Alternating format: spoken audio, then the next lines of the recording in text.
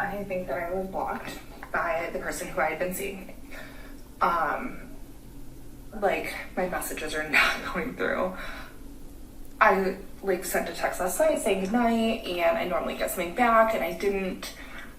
And when I tried to send a message this morning, like, it's not going through. But it goes through to all my other friends. Like, why does this keep happening? And I know that this isn't, like, a me thing. Literally makes me so sick. All right, so this is a symptom of a woman who is dating a guy who can get better, right? I mean, that's really all it boils down to here. The guy that she's seeing is just a bit above her on the SMV scale, where he could get younger and he could get hotter. We talk about this all the time. And he exercises his options when that opportunity comes along. He might date these girls in the meantime if he's bored, right? We've all been there. We've dated a girl that we know we could do better. We know that we're kind of wasting our time and probably wasting hers, but we do it anyway because there's nobody else right now. But as soon as that chick comes along, that we know, like, oh yeah, it's on, right? Our SMV is on the same level.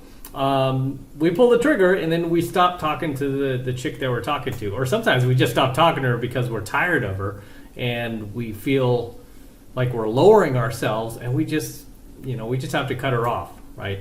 But that's what's going on. It's always funny to me how these women, it happens to them like for the first time in their entire lives when they're like in their like mid-30s, when they can no longer get to chat. And it's just such like an epiphany to them, right? And that's really the epiphany that they hit too, when they're like, shoot, maybe I did hit the wall.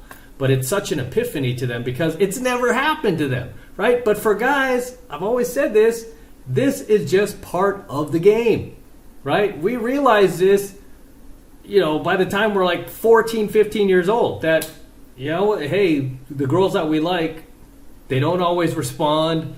They don't always return our calls. Sometimes they just disappear on us, and then we get used to it, right? Because it just happens so frequently. Okay, it just happens so frequently. Whereas for women, this is like, oh my goodness, I can't believe this. What kind of human being would do this to another person? Ladies, you guys do this to dudes all the time. I'm sure this woman right here that is so upset about this has done this to dozens of guys, if not hundreds of dudes in the past. Okay? Stop being a hypocrite. You've done this. Okay? I've done this. You've done this. We've all done this, right? That's why when it happens to us, at least, especially as adults, we kind of get it. Like, okay, yeah, I get it. Right? It wasn't clicking for her, and, on to the next. Right? Always funny when these chicks just have a cow over something that dudes go through just relentlessly throughout their entire dating lives. All right, next clip. 35 and up single ladies, I need to talk to you, don't scroll. I'm in a committed relationship. I knew on like the third date that I was supposed to marry my partner. Like, for real, the voice of God told me you're supposed to marry him. So I really can't stand it when these chicks bring God into the equation, but she said 35 and up. I'm feeling 45 and up for her. I'm out of what I need to ask you. Okay, but stick around because I need to know the answer. If you're 35 or older, and especially if you've been divorced, why are you not a hoe? Why are you not a hoe? Like that. Didn't she just say that she believes in God, and she's out here telling women encouraging them to be a hoe?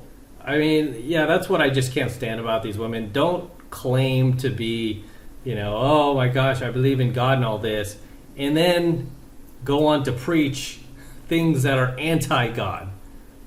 Right? This is why I can never understand when I see women like proclaiming that they're Christian and everything, yet they support all of these things that are anti-Christian. So yeah. That sounds like so much fun to me, to just be a full-blown whore. Man. And again, going back to the fact that she says she believes in God, and I'm assuming that she thinks she's Christian, but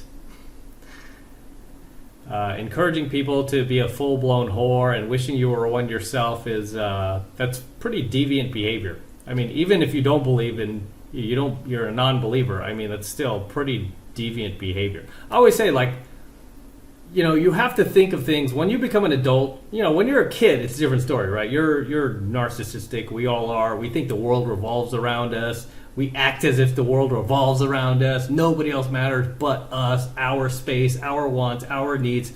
However, once you get to adulthood, which for many people these days are probably not until your 30s, I was one of them, you start to realize the world is not about you, right? And everybody else, everyone else who is existing too, are your brothers, your sisters, especially like this woman said, I think she's a Christian. That's when you realize, like, hey, before I make this decision or this life choice, does this make the world a better place or a worse place? Right? Does it make the world better or worse? So having a bunch of whores running around out there does not make the world a better place. It makes the world a worse place, a more dangerous place. I'm at home doing laundry, and y'all can go be a whore. Jesus. Why are you not doing that? Like, I know we grew up in the 90s here, and you can't make a hoe a housewife, but news... She grew up in the 90s. I'm going to say 80s again. She's claiming 35 and up. I'm not even trying to, take a shot at her, but she definitely looks mid-40s. Flash, men our age, they don't want a housewife. They already had that, and they divorced her, and now they want the hose. And that sounds... No, they don't want the hose. They want another good woman. They want a virtuous woman. Okay, they want a woman that will respect them, appreciate them. They want a virtuous woman with, guess what? Low body count, right? As little sexual partners as possible, right? As low a number of sexual partners as possible. That is what men want. No guy wants a whore, right? At least for a long-term partner. Or marriage, or anything else. like fun. Can you go be a hoe and then come tell me about it so I can live vicariously through your hoe-ness? Please? Okay, thanks, bye. Jeez. I mean, it just never ceases to amaze me how morally bankrupt our culture is becoming. All right, one more clip. All right. Did you know you weren't supposed to marry him? Then why did you? So I'm going to be really vulnerable and honest about this, and I've only admitted this to fewer than a handful of people. I knew that I shouldn't marry my ex-husband. Let me explain this to you, and I did it anyway. Let me explain this to you, and that's why I'm proposing this question to you, okay? Lord, she going to tell women to go out there and be a hoe? So... we had been together for a really long time. I was madly in love with him. He was my college sweetheart. And as we were getting closer to the wedding day and like some things had transpired with his family and he really struggled to put boundaries in place, and he's like a total altruistic narcissist. Of course, right? Why are these ex-husbands all narcissists, right? By the way, I don't see these ex-husbands that they constantly claim are narcissists with TikTok accounts. They're not uploading and smearing their ex-wives and talking smack about how I should never have married her. Oh, I knew it from the beginning. Yo, she's a narcissist. I don't see these guys doing that. It's only the wives or ex-wives, right? It's only the ex-wives I see doing this. So ask yourself, who is a narcissist? FYI, it's very common for narcissistic people to accuse other people of being narcissistic, right? That it's just part of having low self-awareness. Okay, it's part of having low self-awareness. If you don't know what that is, look it up. He's not a narcissist. He has narcissistic tendencies, strong narcissistic tendencies. Anyway, this isn't really about him, okay? This is about me. Of course it's about you. It's not about him, it's about me. Okay, it's not about that narcissist. It's about me. Hey, this narcissist. You just have to appreciate the cognitive dissonance here. I had this strong feeling and this voice that said, Andrea, do not marry him. Then why did you? Okay, why did you? bonehead. I didn't listen to myself, okay? Now, I'm not taking responsibility for some of the shitty things he did to me, but I'm taking 100% responsibility for not listening to myself. And what I did was, I said to myself, Andrea, like, my conscious brain. FYI, narcissists always refer to themselves like in the third person, or, you know, they do things like that. They're like, they talk to themselves and call themselves by their name. That is something a narcissist would do, which she's saying her ex-husband was, but it goes back to, just basic psychology, that a lot of people who are actually narcs accuse other people of doing what they themselves are doing. Or, I mean, they themselves are the narc. Okay. I don't sit there and go, Matt, we need to have a conversation. No, that's sociopathic, psychotic behavior. Instead, sometimes if I make a mistake, I'm like, dude, right? I don't sit there, hey, Matt, let's have a talk, right? That means you're a psychopath. I mean, my intuition, my subconscious, my instincts were like, don't marry him. This isn't right. Like, this isn't the right fit. My conscious self was like, but you guys have been together so long. You're college sweethearts. You've traveled the world together. You're so close. Like, he's going to be a great dad. Dude, if she talks like this every day, I don't even know how this dude lasted this long. I mean, I could barely make it through her little rant here, because just listening to her voice is like, the pitch of it is like nails on a chalkboard. He's going to be a great provider. He's going to be so loyal. Like, he's so stable. Like, all this stuff. I convinced myself to make it work. But there were a couple of qualities about him that foundationally I knew I was going to have to overcompensate for, and I can't stand, like, so, you know, a lot of these girls talk, they speak in sentences as if they're questions.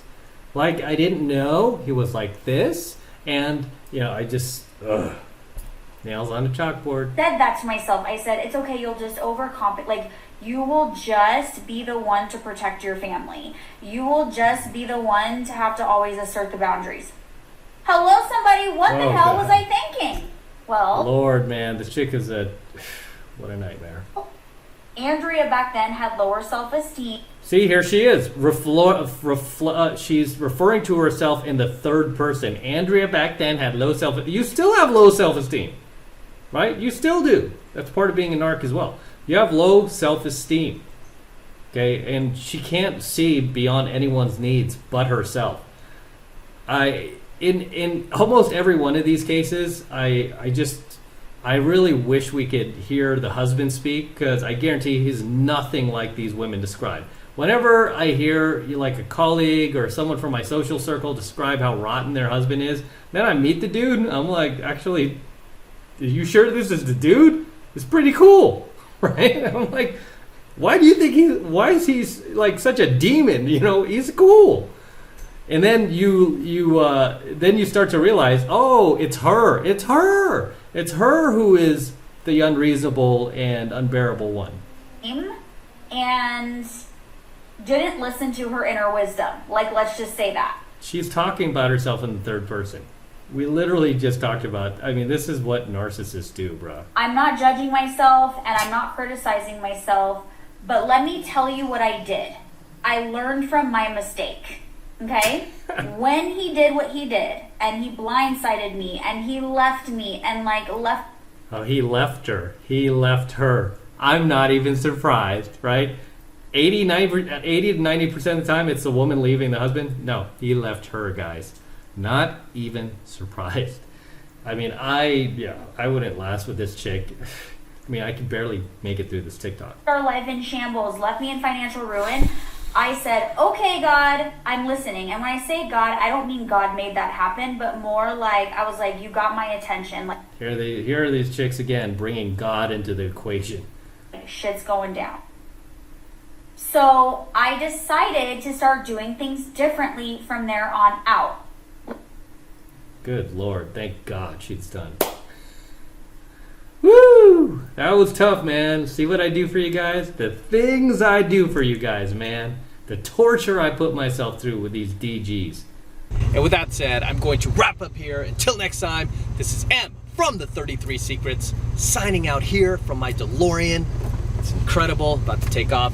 Don't forget to smash that like button below. Go ahead and smash it right now. Also, hit that notification bell right next to it so that you are notified whenever I release a brand new coaching video here on the YouTube. More importantly, guys, please make sure you subscribe to my channel. Helps me out a ton when you actually subscribe, okay? So make sure you're subscribed to my channel as well. And for all of you guys who want to support my work and all of this red pill, gold pill, and platinum pill content that I'm teaching you even further, the best way to do that is by jumping into my monthly online coaching program, 7 Months to Mastery, where I'm teaching guys just like you how to go out there and approach and close the youngest, hottest, and most beautiful looking women on the planet. I'm talking about 8s, 9s, and 10s, the same exact type of women that myself and all of my coaching students all around the world are out there approaching and closing every single week. And I kid you not, we are making things happen every single week. So take advantage of it, and this is the absolute best way to support my work. So if you want to support me, that's the best way to do it. And right now it's only $1 for the entire first month of coaching lessons, right? It's only $1. So take advantage of it. Okay? Just click that link below in my description box. It will take you over to my website where you can get signed up right now. It just takes 2 seconds. So do that now, and I will see you in my next coaching video. All right, I'm out. Let's get out of here. Woo! And this car has some pickup. And this is coming from a guy with a Corvette. This car is actually pretty quick. Don't be fooled. DeLorean is quick. This is, after all, it's a time machine, right?